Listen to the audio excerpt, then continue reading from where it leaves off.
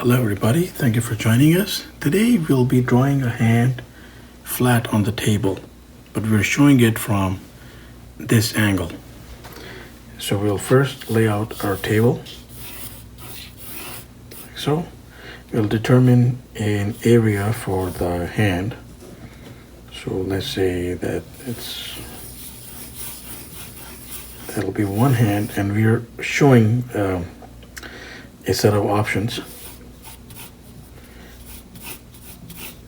So let's make a sort of it's a flatter bell shape. So there's the wrist, like going down. There's the round of the hand or the back of the thumb. And I guess the knuckle set will go somewhere here. And we can play around with some options in this one, but let's first get down, putting down our core components for the hand. So this oval here will of course transition into the thumb, and we always maintain that doing sausages is good. So one, and I would guess two. That far along will be fine. And then the knuckle set is somewhere around here. Now we always maintain that every hand is different, and so we are going with an option that we believe is quite common, and that is an index finger appearing like that long. So sausages again, 1, 2, and 3. That one can be flat here at the top, and then like that. So if you see here, it's already sort of like beginning to shape up like a hand. And here also, right here, this and this, you could make it a little flatter, and you'll see that there'll be more character in it. And this will go back like that far. The back of the hand is right there, and of course that goes into the wrist. And that's pretty much flat. Now this is quite an easy exercise, but we can make it more complex. We can make it more detailed as much as we want, but it also depends on what medium we're using. What is the purpose of the illustration? Is it just a casual illustration among many different elements in a page, or is it an illustration just by itself? If it's by itself, yes, it's always recommended that then the details should be like more intricately like put out, and it always does the illustration more justice. So we're just putting some skin folds in here, and of course according to the bulk, or the, you could say, this part is determined by how much bulky or how much frail, or let's say streamlined, thin, whichever term we would like to use here, a hand is. So there's the first crease set here in the index finger, and there's the second one.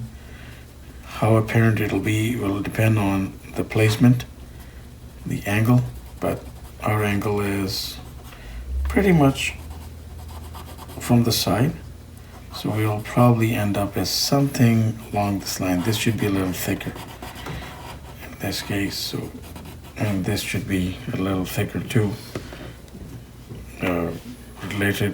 relative to this. And then we'll be exploring other options too. We'll do perhaps another video exploring the same angle, but with a hand that is even more flat on the surface. And of course you could always Google images. Google is an indispensable source for like numerous images, but we are putting one source for you out here. So behind that, yes, we can have a little dimensional detail going there,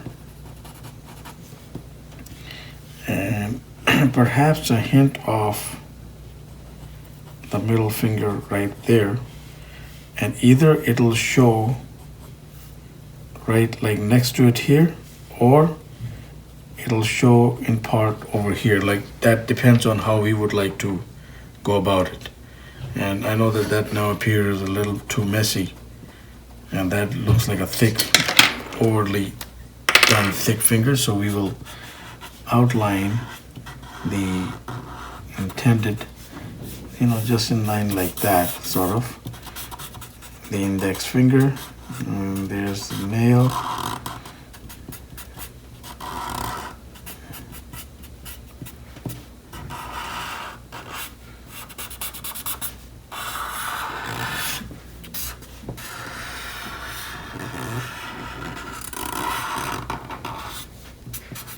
Always love the sound of the Sharpie going like that. You can only do that with a felt tip instrument, by the way. So we put some details there for the knuckles, and then we can, for sure, since we have used a pen here for this exercise, do something along those lines. Put in some tones, right here.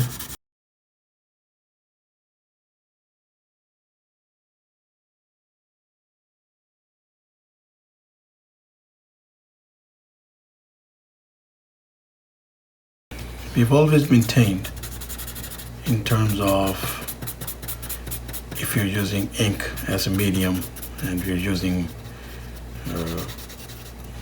a marker or a pen, and then we're applying crosshatch into an illustration, and I know that this is like repetitive, but it's important to repeat regardless, that crosshatch is always better if put right in the direction of a certain shape that we are going with. Just like it's like Art 101, according to many experts. Now here, of course, we're using a Sharpie to also put lighter tones in, which is not a recommended practice, because a Sharpie is, after all, for this, thicker and richer lines. But again, whatever rocks the boat is good. So there we have it, hand seen from the side. Now we're